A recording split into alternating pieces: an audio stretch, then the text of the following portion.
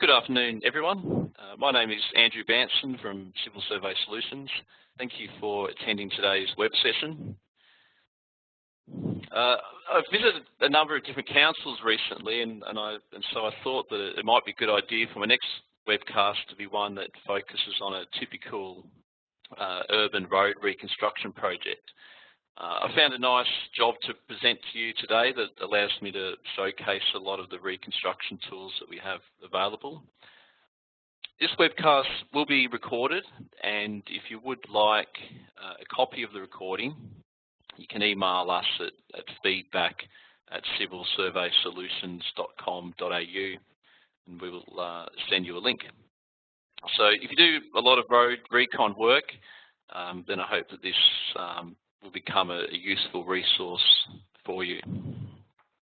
If you didn't already know, last week we released Advanced Road Design version 16. This version is available for Civil 3D, AutoCAD and BricsCAD platforms, and it will run on the new 2016 versions of Civil 3D and AutoCAD. This version contains a number of new improvements, notably the revamp of the volume reporting. There's a new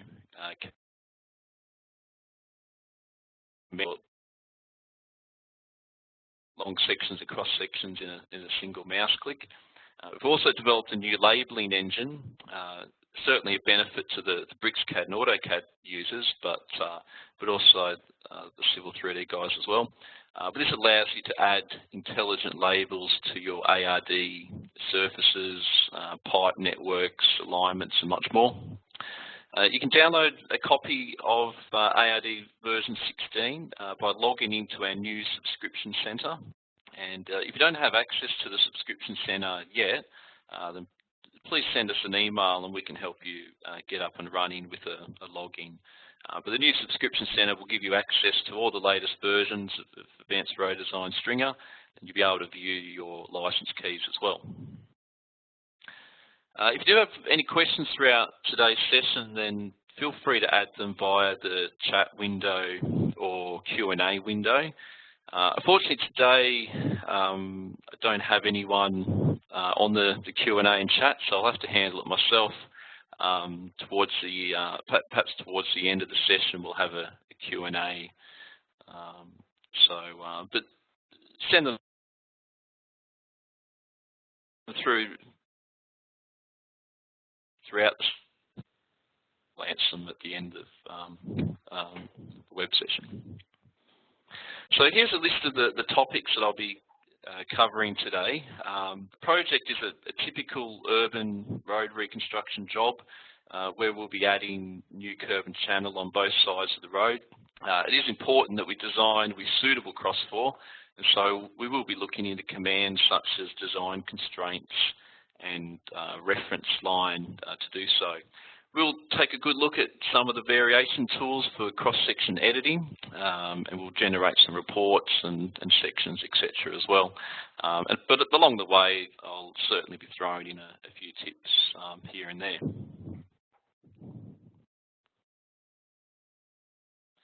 I didn't want to work on a really complicated job today. I wanted to keep it reasonably simple so I can cover as many of the different tools as I can. Along the main street, as I said, we'll be doing a resheet. We'll be doing a resheet with a minimum overlay of 50 mil, and we'll have full depth pavement out from the new curb and channel. So I'll show you how we can set that up. On the western side of the job, we will be remodeling the intersection, and at the eastern end, I will show you a method to match our design into the existing edge of the side road. We'll do a few other things as well. There's a retaining wall to add in. We're going to fix up the footpath as well. There are some driveways that we'll check to ensure that they work okay.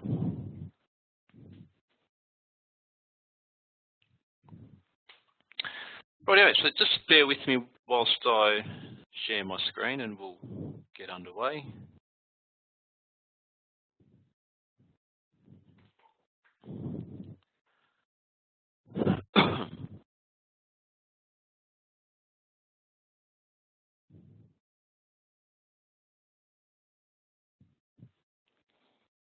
Okay, hope everyone can see my screen okay.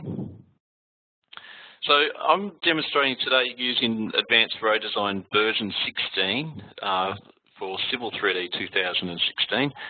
In this project, I already have an existing surface and I've already created a number of alignments to save some time.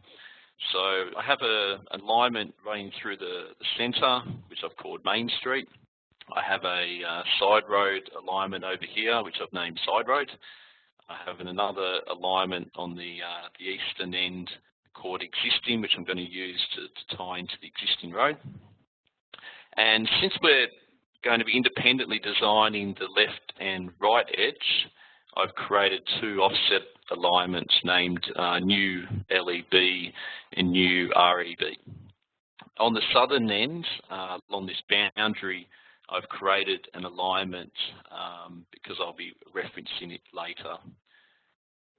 But look, while you're working on road reconstruction projects, one of the first steps will be to create all your alignments, and these might be to reference existing features or to define new features. So you can find yourself creating a whole bunch of alignments. I often write down a little mud map on some paper with my alignment layout and the names of the different alignments, so I don't forget the names all the time. As I'll show you later, you can even use alignments to reference saw cut region. Okay, so we'll get stuck into it. Firstly, I'm just going to open up the template editor and just show you the template that we're going to be applying on Main Street. All I've done at this stage is on the right-hand side from our standard template, I've removed the footpath on the right-hand side and I've removed the sub-base as well, because being a partial reconstruction, I'll show you how we can set up those different regions. I'm going to apply the same template to this side road here as well. So to jump into it, I'm going to run Create Edit Road and select on this Main Street alignment. That's the template that I'm going to apply. And I'll just click on OK to create that one. I'll get to the levels later on, but what I wanted to do along the centre line of Main Street was raise it about 50 mil. So I'm just going to go in now and create the side road, and I'm just going to apply the same template to that. And once again, we'll get to the levels a little bit later on. So I'll just open up the vertical grading for the Main Street here. So I know they've got an intersection because of the red vertical line indicating so. Just very quickly, only because it pops up a lot in our tech support, this IP here leading into the intersection is what we call the auto ease. And if I was to go and delete that, you can see it just comes back. So the easiest way to remove that is to click on Resample Sections, click on the road, and then if you go to Set Auto BCEs, I can set those to never. So for this reconstruction job, I actually don't want that in there, so I'm going to turn it off. Okay. What that means is if I go back into the vertical grading editor, the software will now allow me to delete it. Okay, so along the Main Street centre line, as I said, I want to raise up the design about 50 mil to start off with at the crown. The easiest way to do that is by using this big button here with the green plus called Compute VC from Existing Data. So whenever you want to automate the vertical design, this is the command you will use. And we'll jump in here a few times over the next hour, and I'll show you a whole bunch of useful commands. So I'm going to use Match to Existing, and I'll just NS. But I want to use these fitting options here because I want to raise it up 50 mil. So I'm going to tick on Use Fitting. We're going to raise it up 50 mil. Now, I don't want an IP at every single section, so using the cut and fill factor I can filter out IPs to give myself a good starting point. I don't want the software to go into cut, so I'm going to set it to 0, but we'll put a tolerance in of about 0.0, say 0.03 in fill, and see how that looks. You often find when you run this command, if the vertical design doesn't look the way that you want, you can just come back in and start tweaking those numbers. If I type in a vertical curve value here, then the software will attempt to add some vertical curves for me. So you can see the design's roughly about 50 mil over the crown, but it's a good starting point for me to then go in and start cleaning it up.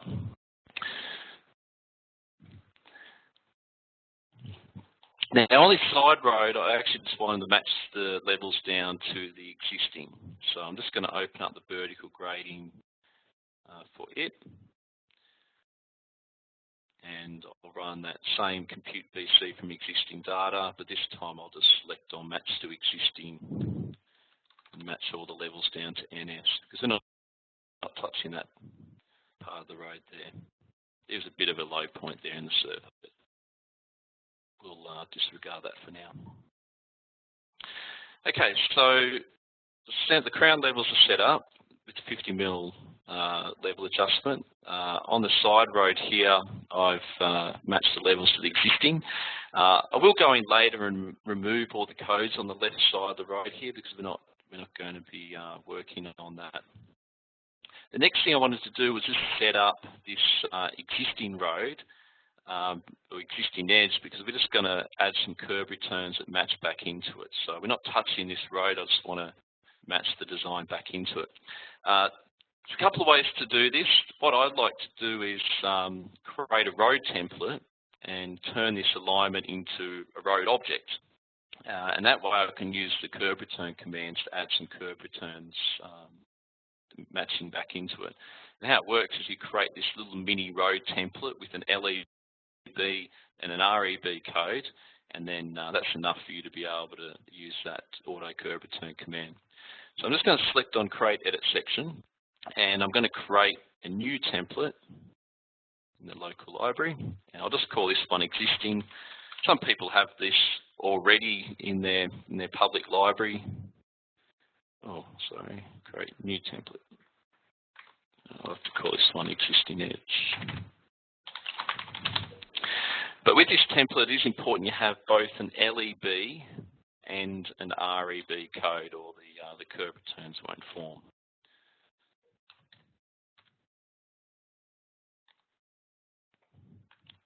So it's just just a mini road that we're applying along that existing edge. So I need to create it as a road, so I select on create road, pick on that existing edge alignment, and apply existing edge. I might just increase the sampling along this so we can better reflect the natural surface, and then I'll click on OK. So I need to match the levels down for this. Alternative, rather than using match to existing here, I could go into the new grid view, and there is an option in here called match IPs to the surface. So it's I suppose a quicker way to match to the surface rather than going into that compute VC from existing data. Okay, so I've just got a mini road in here, but now I can form some curve returns at this intersection and that intersection there. I'm not going to go into too much detail on curve returns today. Maybe on another webcast we can do some intersection reconstruction. But I'm just going to use the auto curve return command and put in some single arc curve returns. But you can see here at this end we've matched back into that existing edge, and then we're remodeling the intersection at this western end. So on this side road here, we're not going to be touching the left side of the road, so I just want to quickly go in and remove all the codes on the left-hand side. I want to remove the curb and channel, and the easiest way to by using the design data form. and applying some variations. So I'm going to select Design Data Form and click on the side road and add a couple of variations in. First variation I want to use is, I'll just move this window to the side event. First variation I want to use is called delete all sections outside selected codes. So what this one allows me to do is pick a code, and every code outside of it will be removed. So in this case, I want to say for the whole length, everything outside the left edge of bitumen, I want to delete. And you'll see the curb and channel remove when I go add update. But the LEB code is still out to the left here. I want to just bring it closer to the crown, and to do that I can add another variation, and this one's called linearly vary section slope or width. And I'm just going to tell the software that the LEB code for the whole length, I want to set the width at a distance of say 0.01. 0.01 off the center line, and the slope we can just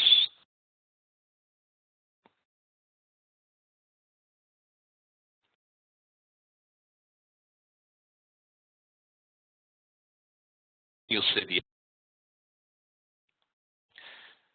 If I run the auto model command, you'll see what we've modeled up so far.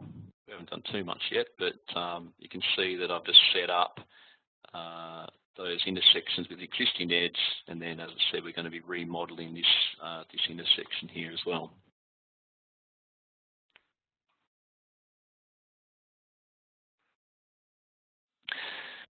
When I created Main Street, I set the sampling at 10 metres initially.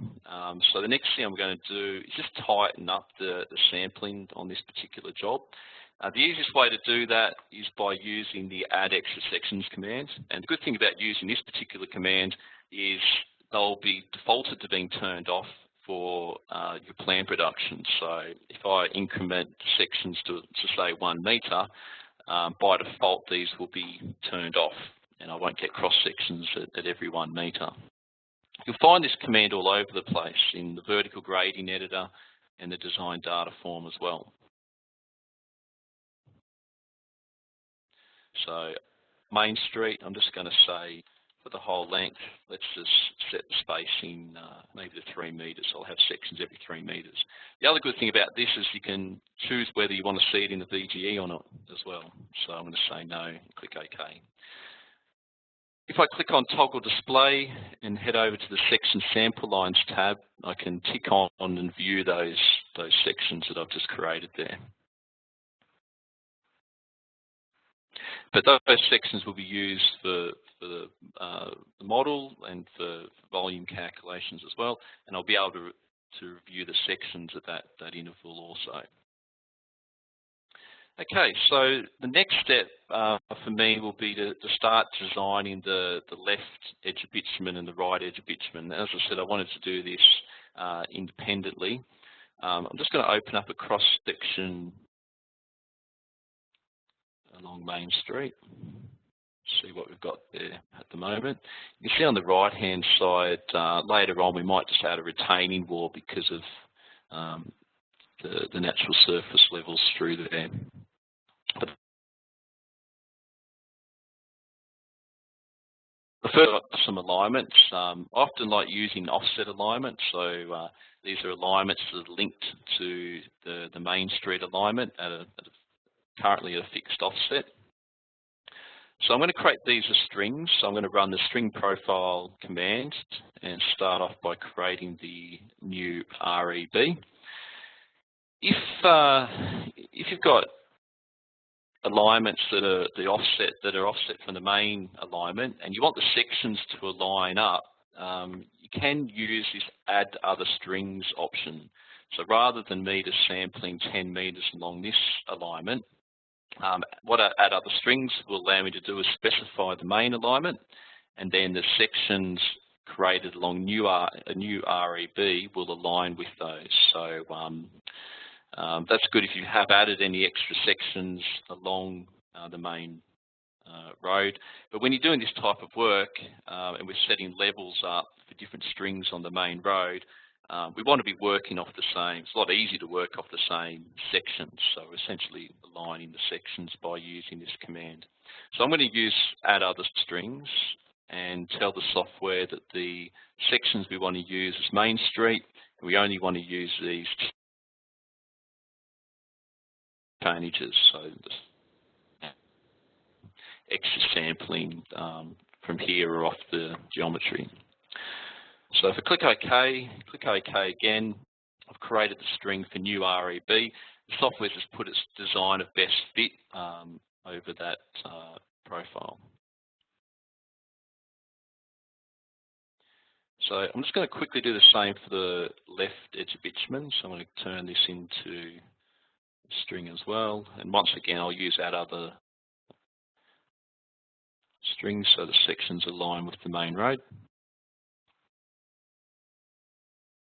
Okay.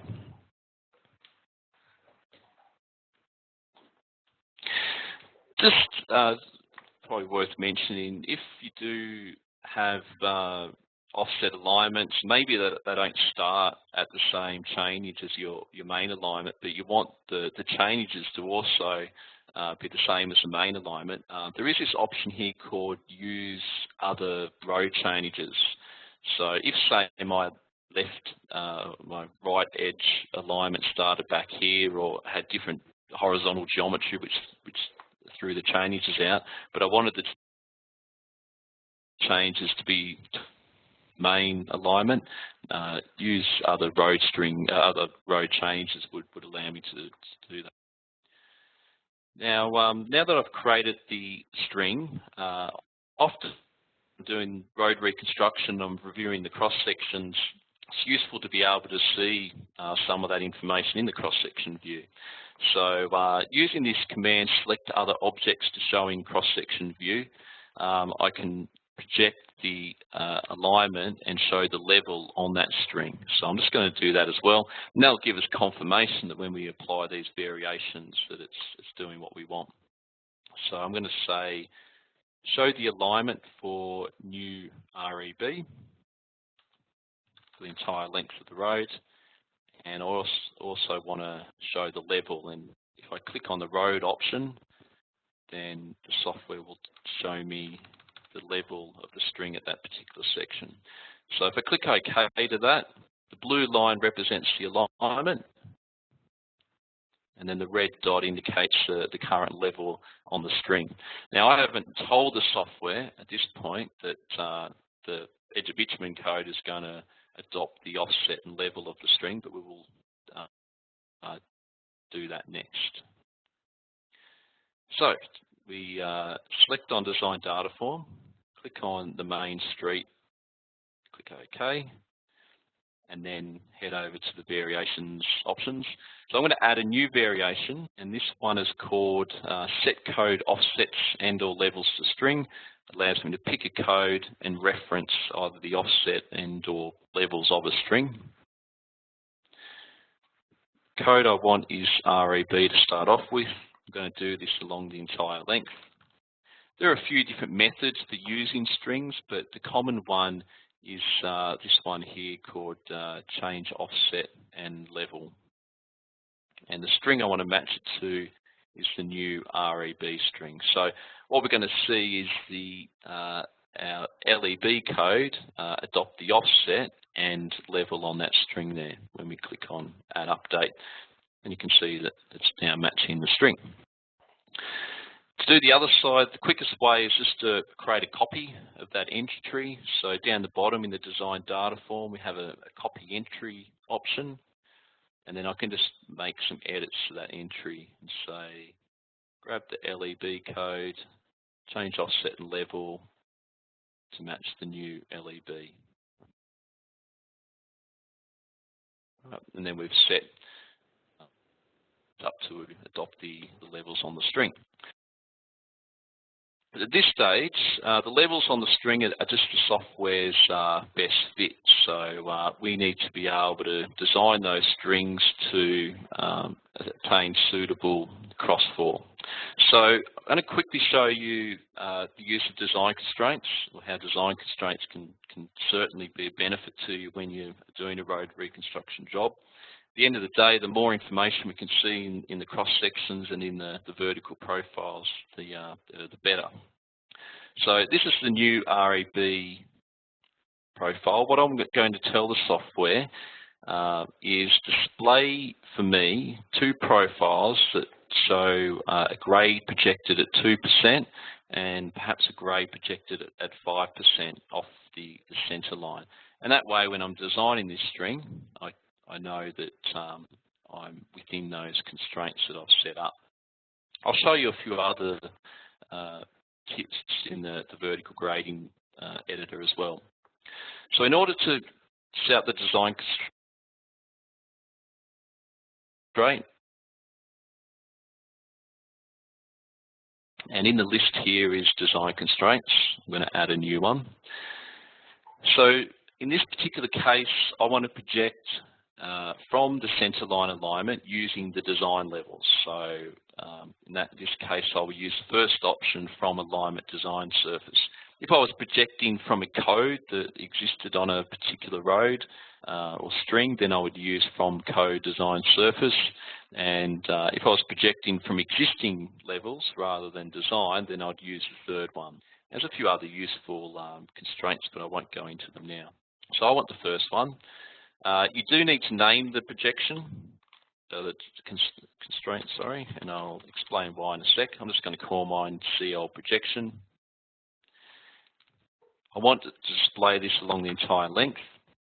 So the next two options, the first one is called interpolate data on road, and essentially it's asking me where are the levels coming from, and my design levels are coming from Main Street, from the center, and then the software asks me where am I projecting from,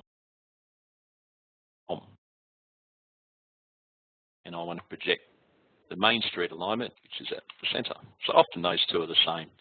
I could put an additional offset or level adjustment before I make the projection, but I'm going to keep it where it is. And then I specify the crossfall. So I want to project it -2% and -5%. Next thing we need to do is pick some colors. So we'll go for a dark red and perhaps pink, because these are the profiles that will display on the vertical grading editor and also in cross-section as well. If I click on selectable, I'll be able to reference those profiles and snap IPs onto them, which I'll show you as well. And at any stage, you can come in and turn them off if they annoy you. In the VGE, you can set active to no. So if I select on Add Update, you can see on my vertical grading editor those two design constraints, the red and the purple one. So I know that if I design within those constraints, I'm going to achieve suitable crossfall or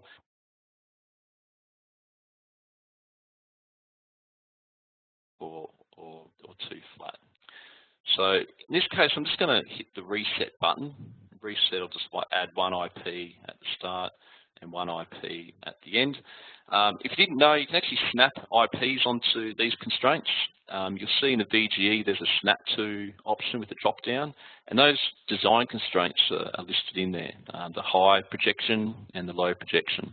So using these snap IP options, snap IP to surface or constraint a cross section, or to snap IP to constraint, I can snap IPs down to either one of those.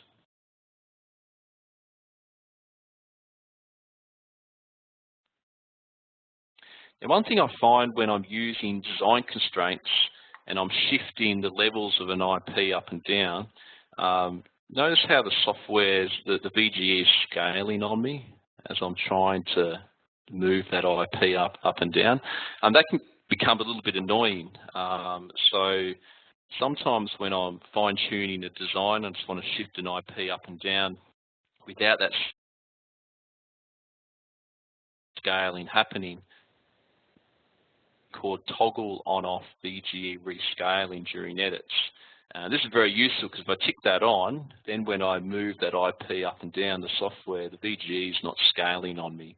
And it just makes it a lot easier for me to shift that IP exactly where I want without the scaling happening. And then when you finish, you can just turn it off. But I find that option very useful. So if I wanted to match the IPs to one of those strings over a certain chainage range, other than selecting the snap-to option, I can automate this by using compute VC from existing data. So you'll see there's a button here called constraints, and what that would allow me to do is tell the software over a certain chainage range to match the levels to one of those constraints. So I've just told it to match along the low, the minus 5%. But I could do that over a certain chainage range if I wanted to as well. The other thing you can do is use this reference line option. So it's sort of a combination between a design constraint and but the software actually doing the design for you.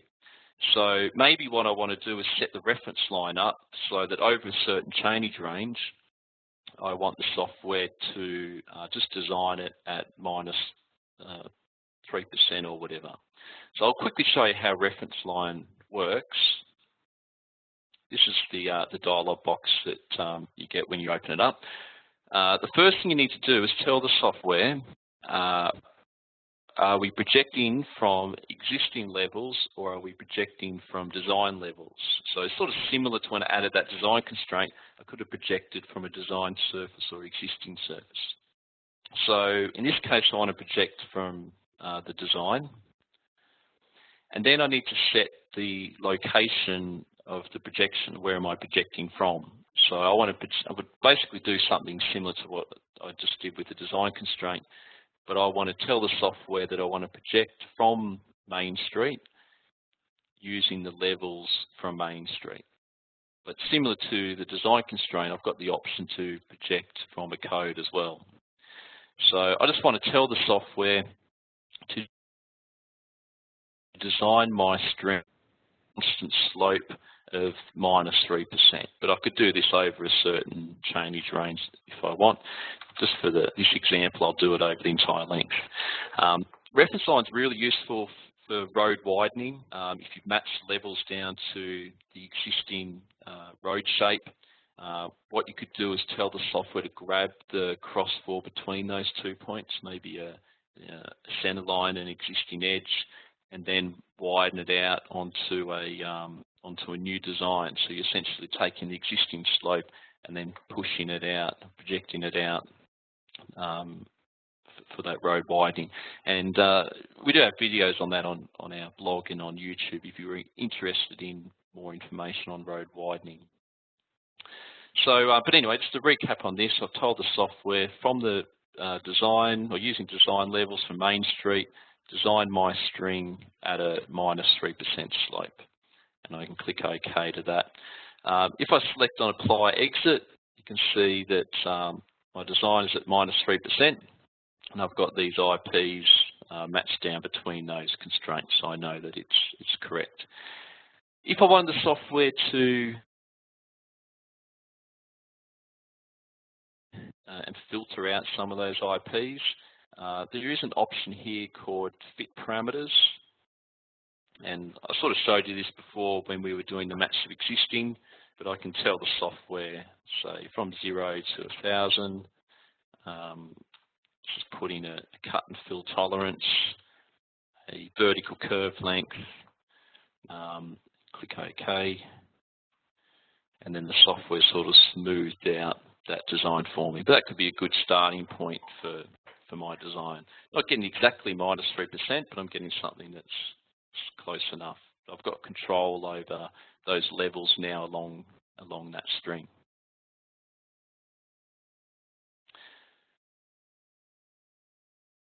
Okay, so I won't do the same for the left edge of bitumen, I'll just leave the levels how they are. They're probably very ordinary, but no point me going through all that again.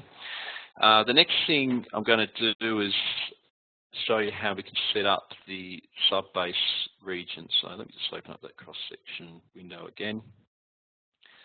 So what I wanted to do is set up the subbase. So I had full depth pavement out from the curb and channel, maybe 600 mil out, and then I wanted to do an overlay with a minimum depth of say 50 mil or whatever.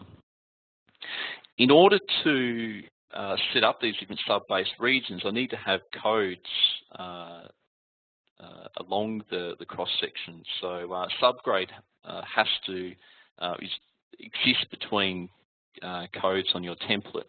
So if I wanted to put a full depth pavement out from that curb, I would need to insert a new code that was inserted 600 mil out from this code here. Let me just turn on my code so we can see those. Right, so from REB, I want to insert another code 600 mil out, but this code I don't want to affect the levels. I just want this code to sit on top of this section here and not affect that crossfall I've got of -2.92. So in order to insert this new code, I open up the design data form, head over to variations and add a new one in, and the variation I'm going to use is the third one at a level. So it'll have no effect on the crossfall or the levels, but it'll just adopt the level on that, interpolate the level off that section that I insert. So this code will exist along the entire length. We're always working out from the center line to the left or to the right. So when I get asked before or after, I want to say it's before REB that I want to insert this code, and I'm going to call this one SAW. I've got three methods to insert this new code. First one is relative to code. So if I did want this code to be inserted 600 mil from REB, then I would use relative to code. Fixed distance allows me to specify a fixed distance out from the center line for the saw cut. And the third option is use alignment. So what I could have done is created an alignment along the road where I wanted to basically rip it out and throw in full depth pavement there. This example I'm going to use relative to code, and this code will be inserted 0.6 out from REB. If I did use the alignment option, then I can specify it there.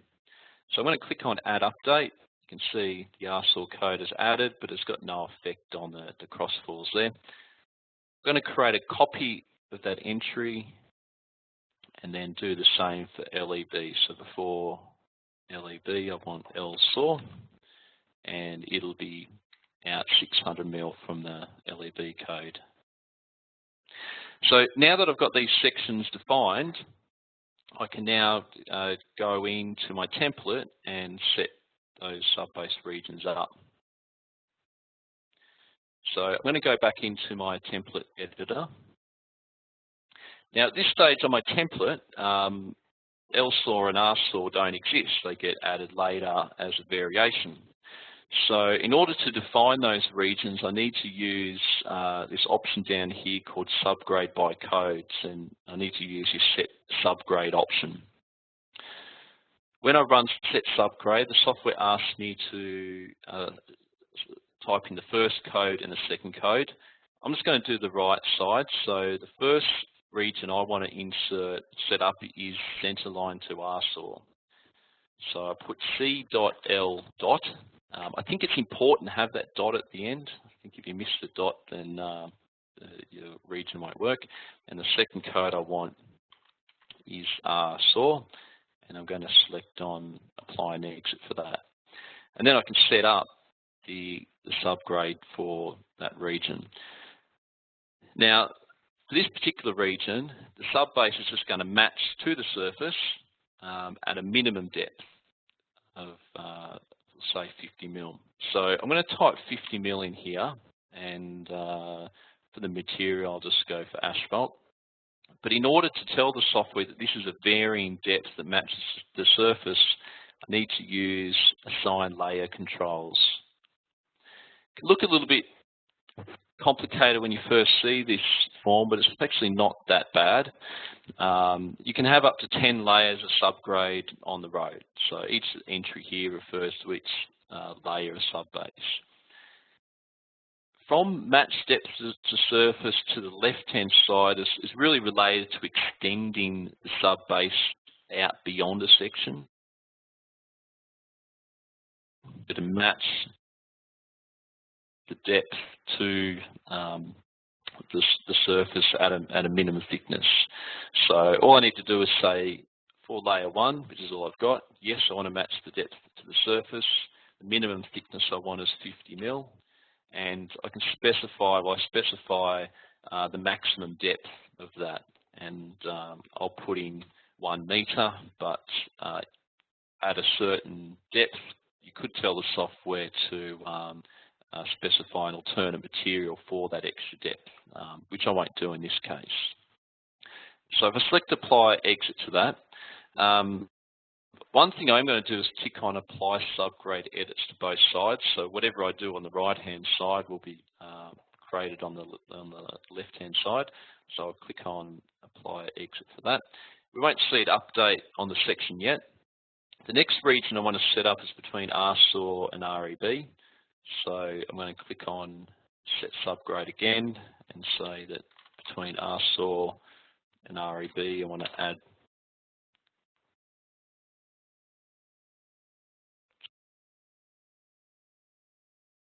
but this one will be full depth pavement. So I'm going to say that I want 30 mil of asphalt, 100 mil crushed rock class 2, and 200 mil of crushed rock class 3.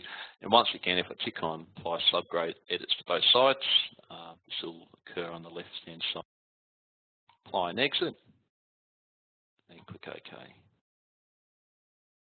So what you can see now in the section is full depth pavement between LSAW and LEB, and I've now got the resheet occurring as well. So we've got a varying depth down to the existing. But on the other side of the road, you can see that I've got that minimum 50 mil, so I'm at least getting 50 mil across the road here. Right, but now my sub base is now defined, and later on I'll show you how we can get volumes out and some material totals. The next thing I might move on to, I might just quickly set up this footpath on the left-hand side. As I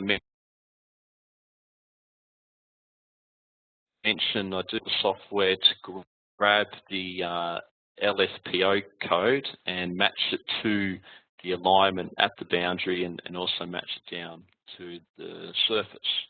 So if I go to my project objects in cross-section view, I might just change that alignment to show left boundary, just so we can confirm where we're going to be moving this code to. So LFPO is currently here. I want to move it onto that alignment, but match down to the surface. So once again, we go back into the design data form. When you're doing road reconstruction, you find yourself adding lots and lots of variations in. And not that I've done it in this case, but something that is very useful is this comment option. So you know, if I was doing some widening on the left-hand side, I might add a comment in to say that the next entries refer to some widening that I'm doing. Later on, I'm going to add a retaining wall. So maybe what I will do is add a comment into to this variation list, so I know that the next few entries relate to that. It makes it easy as well if you go back to the job a few months later, and you can make a bit more sense of the variations that are listed. But I'll show you the comment later. Set code levels to match surface is a variation you use a lot when you do road reconstruction. It's quite a useful variation because what it allows you to do, not only will it allow you to match a code to a surface, but you've got this optional alignment here as well that you can specify. I'm going to say grab LFPO for the entire length and match the levels down to the NS surface. But I'm also going to tell the software that the offset will be to the left boundary alignment. So if I click on Add Update, you can see that we've now matched LFPO to that alignment and to the surface there. Now at this stage, I'm getting some, got a pretty ordinary design in that the grade is falling back towards the property. I want to push it back the other way. A command that was actually broken in versions of ARD a few years ago. We recently fixed it, maybe last year. Optional inside code. So what that allows you to do is specify a code back in towards the center line, and when you match a particular code to a surface, the internal codes will also move up or down, basically referencing back off that code.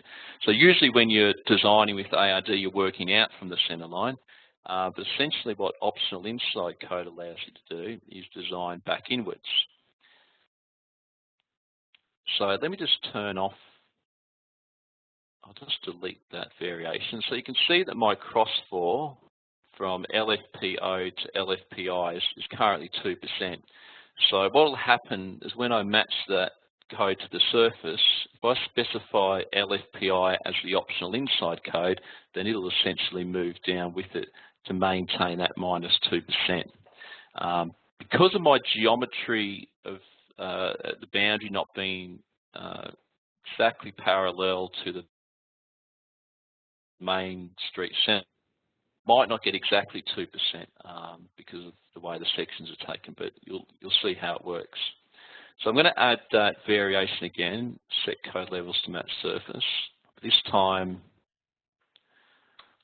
I'm going to pick on optional inside code LFP inner. It doesn't have to be the next code down. It could be, I could pick on LEB, and all those codes inside will move up or down in reference to the outer code.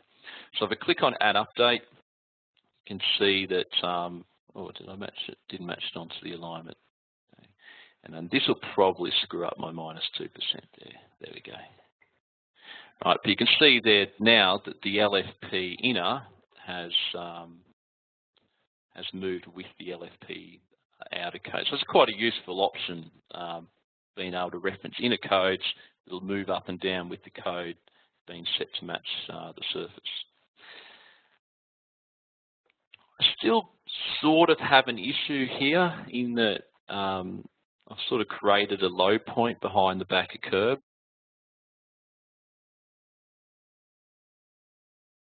The LEB code down to ensure that I get grade out to the curb and channel.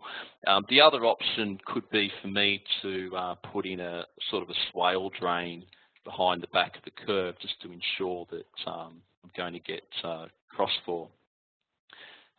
Maybe I'll wing it. Maybe I'll just show you how to add a quick swale drain in to fix that up. What I'll do is I'll create a string where LFPI is, and I'll set LFPI to adopt the levels of the string, and then and that way we can control the crossfall on that swale drain there. In order to create a string, you need to have an alignment. So I need to create an alignment out of the LFPI code, which is this line here. I can confirm that because that's the layer that it's on. It's currently a block reference, so it's not actually an AutoCAD entity. So in order to make it an AutoCAD entity, I need to run this CAD output option. By running that, I can extract out all my design line work as 2D polylines. So I'm just going to tick on lines as 2D polylines and click OK, and then I've got a polyline extracted out from my design. So what I'm going to do is just turn this into an alignment really quick.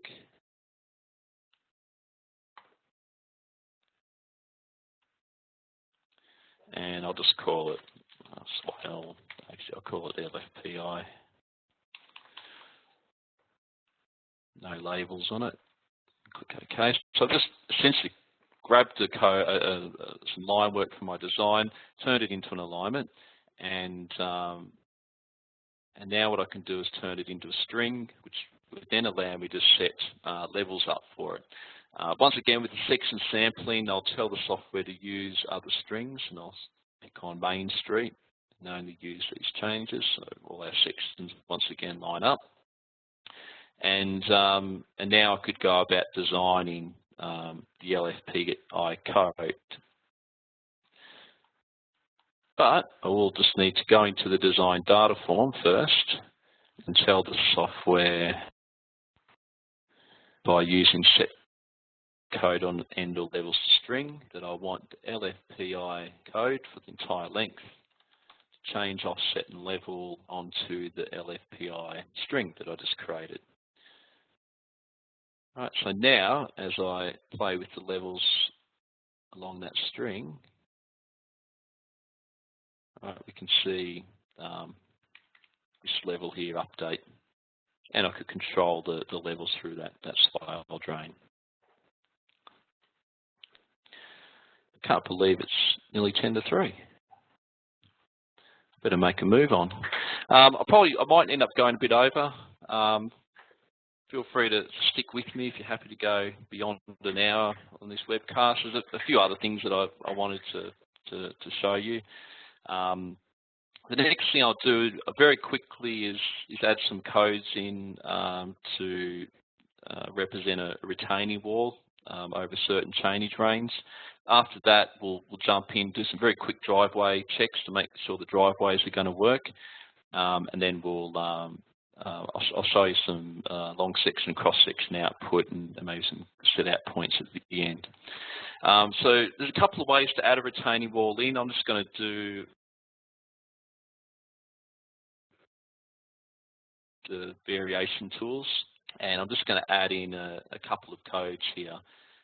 Because my variation list is getting long, I might just add a comment called retaining walls.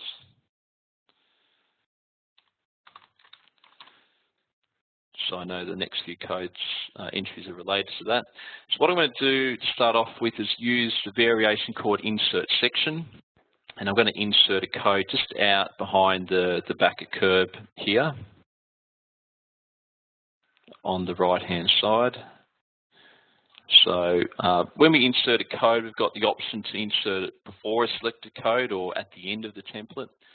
In this case, I'm going to use at end of template before batter. The batter is always the last code that gets inserted. And so I don't need to pick the next option. I'm going to call this code RW1 will do. And I'll just do this over changes 18 to 27, so not along the entire length of my road. This first code is just going to come out about 0.5 metre curve, and it's going to be flat, so I'm going to set the slope to 0.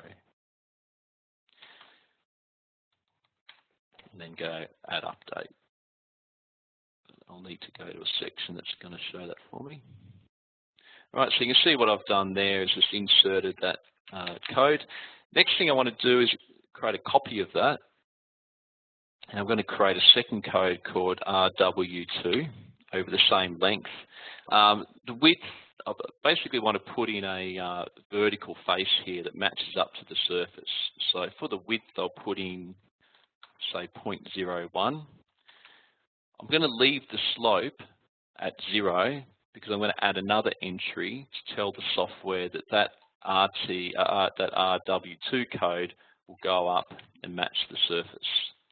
So I've inserted the code. We can't really see it there yet, but I'm going to add in another variation called set code levels to match surface, and then I can tell the software will grab RW2 from 18 to 27.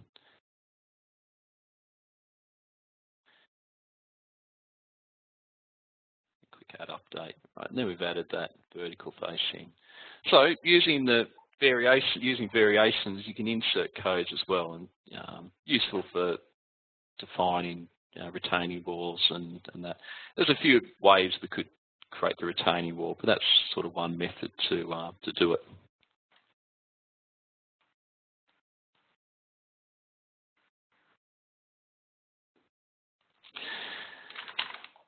We did run a webcast last week on driveways, and I think that webcast is still available to stream. So I'm going to quickly show driveways. I won't spend too much time on it, just to check that these driveways here are going to work. But if you do want more information on driveways, then once again, send us an email and we can send you the link to watch that again. So look, driveway is pretty easy to set up. The first option is to pick on set layer, and I select my road, and what the software does is creates a layer for me that I can draw polylines on. So if I type in PL for polyline, I can say that I've got a driveway here, another one there, and another one here. But you could have multiple profiles on the one driveway. It might be a very steep road, and you might want to check the profile of the driveway approaching uphill and the profile of the driveway approaching downhill. So we can have multiple polylines on the one driveway if we want. The next step is to run create. And this is where we set up the design for the driveways and a few other things. I'm going to say that at the invert code of my road, the profile of the curb is going to change. So rather than having the standard curve and channel that we have now, it's going to change to a layback shape. These layback templates that are here, you can create your own. I'm just going to pick on one that comes with the software. The next thing we need to do is set the extents of the driveway, and I'm just going to say that, but I could specify a polyline that's in the drawing that represents the boundary if I want. After that, I select the target surface, which in my case is the NS surface, and then I'll be able to see the profile continue beyond the boundary as well. And an IP will be added at the boundary to that surface. If you had a footpath off the boundary, a fixed shape footpath, perhaps with a verge as well, you could specify that shape, and that will be added to your design profile for the driveway. So moving on though, to the design settings tab, I pick the vehicles that I want the software to analyse. I'm picking B85 and B99. Once again, you can create your own vehicle shapes as well. And if there are any additional surfaces you want to show on that profile, you can specify them here. So if I click on Create Driveways, software would have created those in the background. In order for me to check those to make sure they're going to work, the quick and easy, and then in forward and reverse direction, the software will tell me whether those vehicles, the driveways will work with those vehicles. Because I've got OK here, I know that they're all good. If I open up the design command, run the design command, I can review that driveway in a profile. I usually set the exaggeration to 1. And then using this button on the left-hand side, the picture of the vehicle, I can specify the vehicle I want to check and how I want to check it. If I use mouse forward, then I can use my mouse to move along the driveway. Symbols will appear if the driveway doesn't work. And if I just break it by putting an IP here, and moving it up and down, you can see those symbols appearing. So if you get one of those symbols, you know that the driveway does not work. But certainly when you're working on a road reconstruction project and there's driveways that you're checking to make sure that you haven't broken any, the driveway tool is certainly very useful. And you could have a number of these profile or VGEs open on another monitor, and then as we're working on our profile, design profile for the curb, we can see the vehicle checker updating as we're working on the design. Not that I'll do it, but there is the option to output long sections for each of the driveways, just giving you confirmation that they're going to work or whatever. Maybe you need to show someone else in the office or council or whoever that the vehicles are, the driveways are going to work based on this design. Okay, look, before I finish up, I just wanted to do a couple of other things. So I'll just jump into very quickly the volume report. As I mentioned at the start, in ARD V16, we did revamp the volumes. We are trying to move away from displaying information in Notepad, and we want to develop up some nice modeless forms that you can leave open. Volumes commands the first one we've revamped. But what I can do here is quickly review my section by section report. I can review my subgrade by section report as well, and at the end, by selecting material totals, I can get a total stripping, pavement, total cut, total fill, and a breakdown of the total materials as well: asphalt, concrete, crushed rock, etc. One of the nice things is you can output directly to a CSV file if you like, and I can also insert a table in the drawing, and you can customize up the table, but it's very easy to insert some AutoCAD tables displaying that information, and if the volumes change, those tables will update at a click of a button again. But look, one of the nice things is if we do have the vertical grading editor open and you're making some changes to the levels, hitting this sync button here will update the volume calculations. But because we've set up those different pavement regions, we're getting some numbers on the concrete crush. Next thing I wanted to quickly do is just show you long section and cross sections. I did want to show you a couple of tools in cross sections for road reconstruction as well. I did mention at the start we've got this new auto plot command. So the idea is you can set up a plot for a project, and at a click of a button the software will update all the long sections and cross sections. Whether those outputs to layout sheets or to file, you can set that up in here.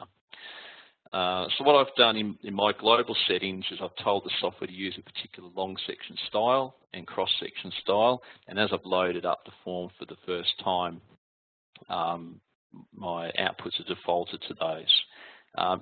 Very quickly, you can, if there are multiple roads you wanted to output, you can select a few by holding control and right click and go update plot, so only those particular plots get updated. Another useful thing is the ability to quickly open up the selected sections for any road or string, and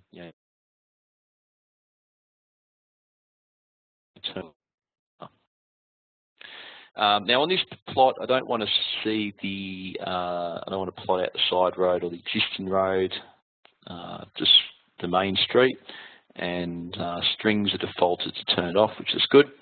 So if I click on update plot, software's just outputted all those sheets for me. Okay, and if I hit auto plot again, that form won't appear. The software will just output or re-update those sheets.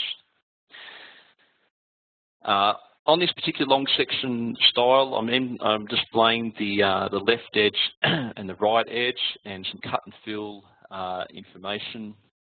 I probably don't have time to. I was going to go into detail on how I set that one up, but I If anyone's got any questions regarding long section plotting, just send an email to me or tech support and we can answer your queries on that. With the cross-section plotting, I did want to quickly show you something you can do, because often when you're doing road reconstruction, there might be parts of the cross-section that you want to mask out. There might be design that is matched to a surface, and so you don't want to double up. So I wanted to show you this because it does pop up in tech support sometimes. What I might do to demonstrate is I might say that from the centre line to the REB, I don't want to show the design. I just want to see the existing. So if I go back into AutoPlot, I'm just going to right-click on Main Street and edit the cross-section plot settings. If I go to the Row Options tab and select on Set Row Information, you see there's a button down here called Masking Controls. It's a two-step process, so this is the first step and I'll show you the second step in a sec. So how it works is I pick the type of mask that I want to apply. I can do it using two alignments, deleting outside an alignment or deleting a section where an alignment exists. I'm going to use the two alignments option, and I'm going to say from Main Street, I want to trim to new REB. So this is my section.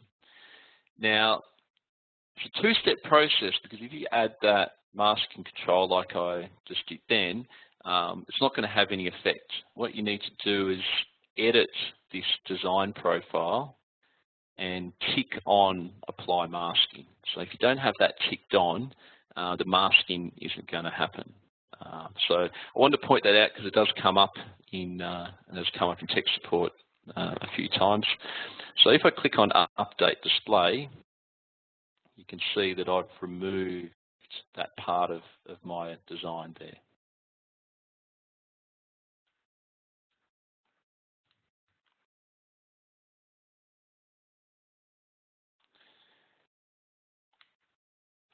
Very last thing I'll do before we do some Q&A is just get some set out points, only because I did create a set out style. So what I've done here is I create a style called Road Reconstruction, and I've set this one up to output the LEB and REB code,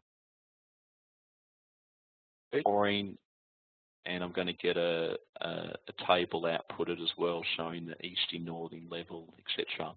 I only want to output Main Street, so I'm going to select all the other strings here and turn them off. If I edit Main Street, what I can do is specify what sections I wanted outputted. So if I use left stakeout or right stakeout, you'll use the selected sections list. I'm just going to use a style that'll say every 5 meters along the straights and quarter points on the arcs for the set out. So if I select on Create Set Out, I specify where my set out table is going to go, and then in the drawing I get those point numbers that will refer back to this set out table here. And of course, the multi-set out will output some CSV files as well that I can give to the people setting out the project.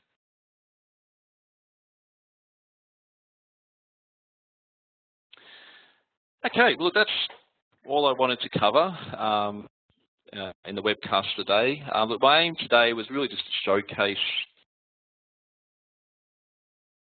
inside advanced road design. So I hope that the session was beneficial to you.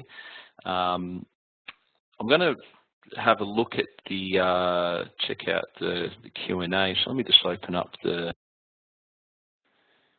Q&A window here. Now, if you do have any questions, feel free to pop them in. A few people asking whether the session's been recorded. It has been, so if you do want a copy of the recording, just send us an email to feedback@civilsurveysolutions.com.au and we'll send you a link to watch it later on. Our aim is to we do put on regular webcasts, so if you'd like to suggest a topic, then feel free to also send us an email regarding a topic that you want covered. Send us some project data as well if there's a certain data set that you want us to use. So we're more than happy to do that as well.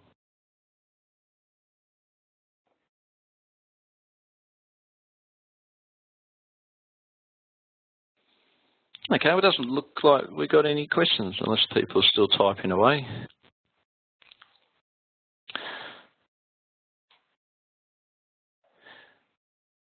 Okay, well, look, if you do have questions you don't want to ask now, certainly tech support system, or you can email me at andrew.banson@civilsurveysolutions.com.au. Thank you, everyone, for attending and sticking with me for the next 10 minutes for the last 10 minutes, and enjoy the rest of your day.